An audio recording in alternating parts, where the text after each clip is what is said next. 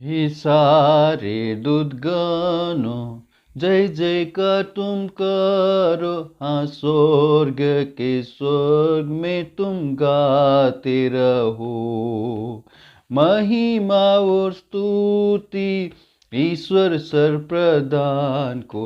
अब आओ हम सराय, अब आओ हम सराय, अब आओ हम सराय ख्रिस्त प्रभु को। परम प्रभु परमेश्वर पिता की महिमा और स्तुति हो। आइए हम आज का मनन के लिए भजन संहिता का पुस्तक उसका 89 अध्याय को हम देखेंगे।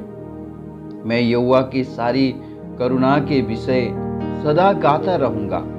मैं तेरी सच्चाई पीढ़ी से पीढ़ी तक जताता रहूंगा, क्योंकि मैंने कहा है तेरी करुणा सदा बनी रहेगी। तू स्वर्ग में अपनी सच्चाई को स्थिर रखेगा। मैंने अपने चुने हुए से वाचा बांधी है।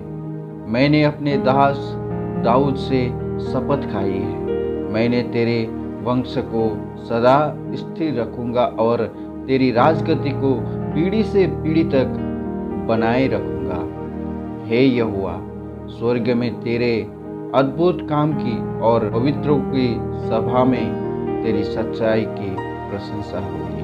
परम प्रभु परमेश्वर पिता की महिमा और बड़ाई हो। मेरा प्रियो, जब हम ये भजन को मनन करते हैं, इज़राइल का पीड़ा की अवस्था में भजनकार ये भजन को रचना करते हैं। दाऊद के लिए परमेश्वर का कैसा वायदा था, कैसा वाचा था, वो सारे वाचा को इस वचन में भजनकार स्मरण करते हुए परमेश्वर से प्रार्थना करता है। परमेश्वर ने दाऊद को किस वायदा से स्थापना किया?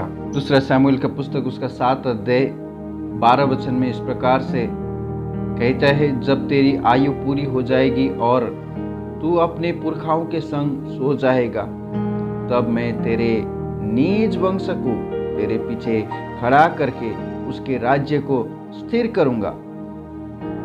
मेरा प्रियो, यहाँ पर परमेश्वर ने दाऊद के साथ वाचा बांधते हैं। जिस तरह हमने भजन संहिता का पुस्तक उसका 89 अध्याय का 4 वचन में हमने देखा कि मैं तेरे वंश को सदा स्थिर रखूंगा और तेरी राजगद्दी को पीढ़ी से पीढ़ी तक बनाए रखूंगा। और जब हम 5 वचन में पढ़े तो, हे यहोवा, स्वर्ग में तेरे अद्भुत काम की और पवित्र की सभा में तेरी सच्चाई की प्रशंसा होगी, क्योंकि आकाश मंडल में यहोवा के तुल्य कौन ठहरेगा? बलवंतों के पुत्रों में से कौन है जिसके साथ यहोवा के उपमा दी जाएगी? परमेश्वर पवित्रों की गोष्ठी में अत्यंत प्रतिष्ठा के योग्य और अपने चारों ओर सब रहने वालों से अधिक भय योग्य है। हे सेनाओं के परमेश्वर यहोवा, हे यह तेरे तुल्य कौन सामर्थ्य है? तेरी सच्चाई तो चारों ओर है। यहाँ भजनकार परमेश्वर अतुल्य है, इस विषय को यहाँ पर भजनकार दावा करते हैं। और 14 वचन से आगे को जब हम देखेंगे तो भजनकार यहाँ निरंतर परमेश्वर को स्तुति और प्रशंसा करते हुए कहता है, तेरे सिंहासन का मूल धर्म और न्याय है। करुणा और सच्चाई तेरे आगे आगे चलती है। क्या ही धन्य है वो समाज जो आनंद के ललकार को पहचानता है। हे यहोवा, वे लोग तेरे मुख के प्रकाश में चलते हैं। वे तेरे नाम के हेतु दिन भर मगन रहते हैं और तेरे धर्म के कारण महान हो जाते हैं, क्योंकि तू उनके बल की शोभा है और अपनी प्रसन्नता से हमारे सींग को ऊंचा करेगा, क्योंकि हमारी ढाल यहोवा की ओर से है, हमारा राजा इज़राइल के पवित्र की ओर से है। यहाँ पर भजनकार उस बातों के लिए मगन होते कि उनका राजा मनुष्य का चुनाव देकर खड़ा किया हुआ राजा नहीं है, उस राजा को परमेश्वर स्वयं इज़राइल के लिए तैयार किया हुआ उस राजा के लिए यहाँ पर भजनकार परमेश्वर को प्रशंसा करते हैं।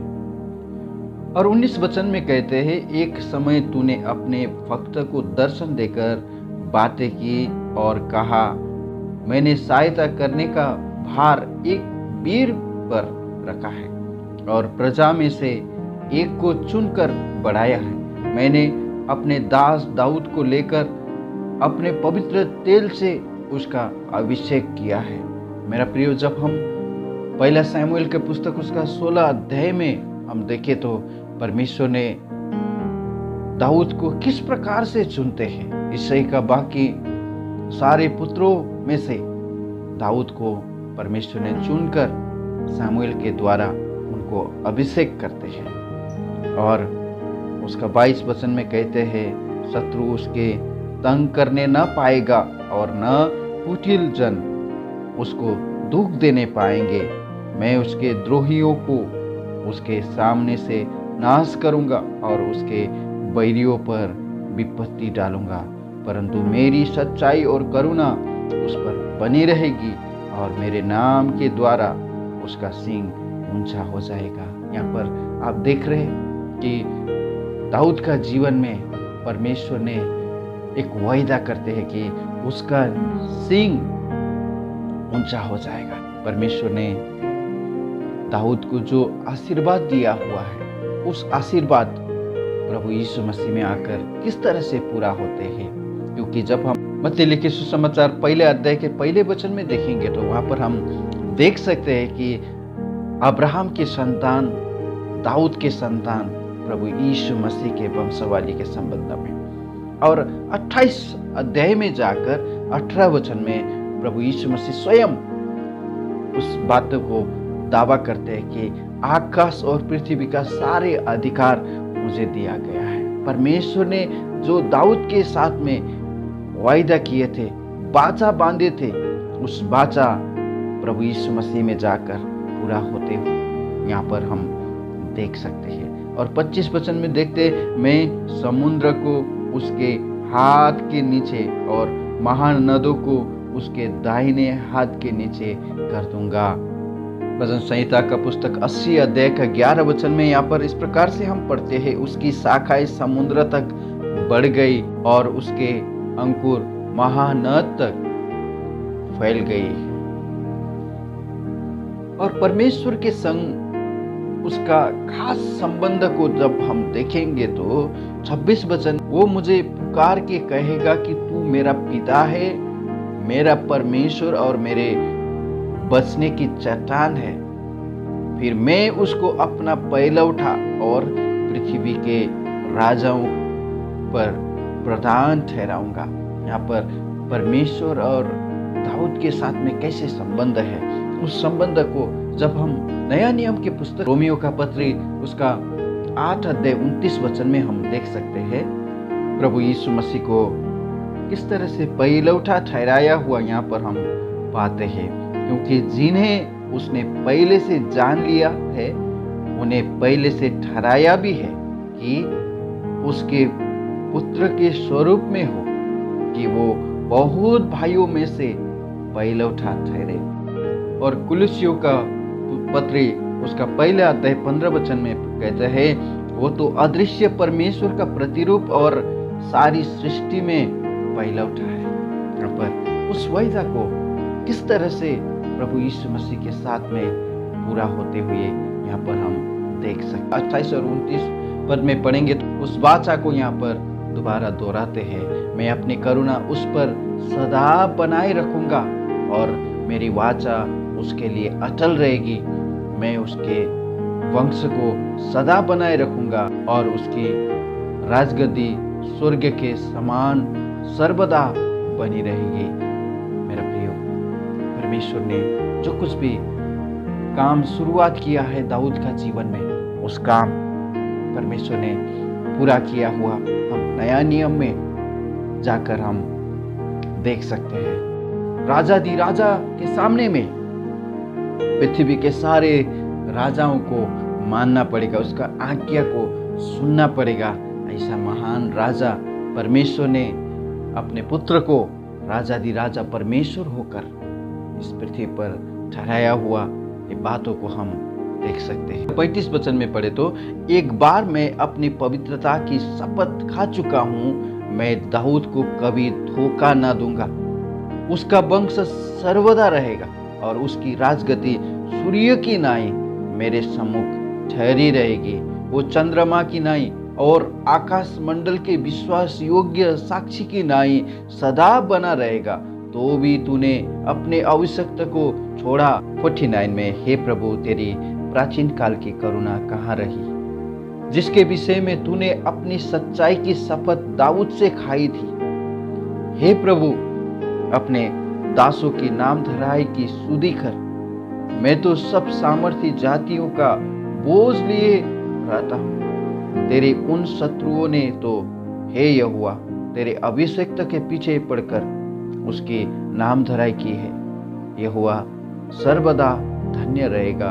आमीन, फिर आमीन। परमेश्वर को स्मरण दिलाने के लिए ये प्रार्थना नहीं करते हैं मेरा प्रिय, परंतु वो अपने में याद करते हैं कि परमेश्वर ने अपने जाति के लिए कैसे वायदा किया था और उन जातियों ने परमेश्वर के विरुद्ध में कैसे विद्रोह करके उन्होंने पाप किया और आज विदेश का भूमि में रहना पड़ा।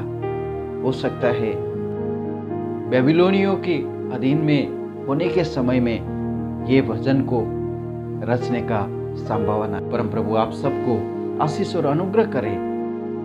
पिताजी धन्यवाद करते, स्तुति करते हैं भजन संहिता का पुस्तक उसका 89 अध्याय के लिए। प्रभु आप दया कीजिए प्रभु, जिस तरह प्रभु आपने दाऊद को वंश को लेकर प्रभु यीशु मसीह तक अपना वायदा को पूरा किया है। प्रभु आज प्रभु कलीसिया के लिए जो वायदा आपने किया है प्रभु जी, यूहन्ना लिखे सुसमाचार, जिस तरह तुम परमेश्वर पर विश्वास करते उसी तरह मुझ पर विश्वास करो। मेरे पिता के यहाँ रहने के लिए ढेर सारी जगह है और मैं तुम्हारे लिए जगह तैयार करने के लिए जाता हूँ। प्रभु आप कलीसिया के लिए जो वायदा करके गए हैं प्रभु, आप दोबारा वापस आने वाले हैं प्रभु जी। जिन भक्तों ने प्रभु आपका नाम को स्वीकार किया, आपके नाम के ऊपर विश्वास किया, उसको धीरज के साथ आपको बाट जोड़ने के लिए प्रभु आप सहायता कीजिए, आप दया कीजिए प्रभु, क्योंकि प्रभु आप वायदा कर कर भूलने वाला परमेश्वर नहीं है। प्रभु आप दया कीजिए। हमारा ये प्रार्थना आपने सुना, इसलिए हम आपको धन्यवाद करते हैं प्रभु जी। इस प्रार्थना को उद्धार करता प्रभु यीशु मसीह के पवित्र नाम से मांगते हैं। सुनिए और ग्रहण कीजिए पिता। आमीन। May God bless you all.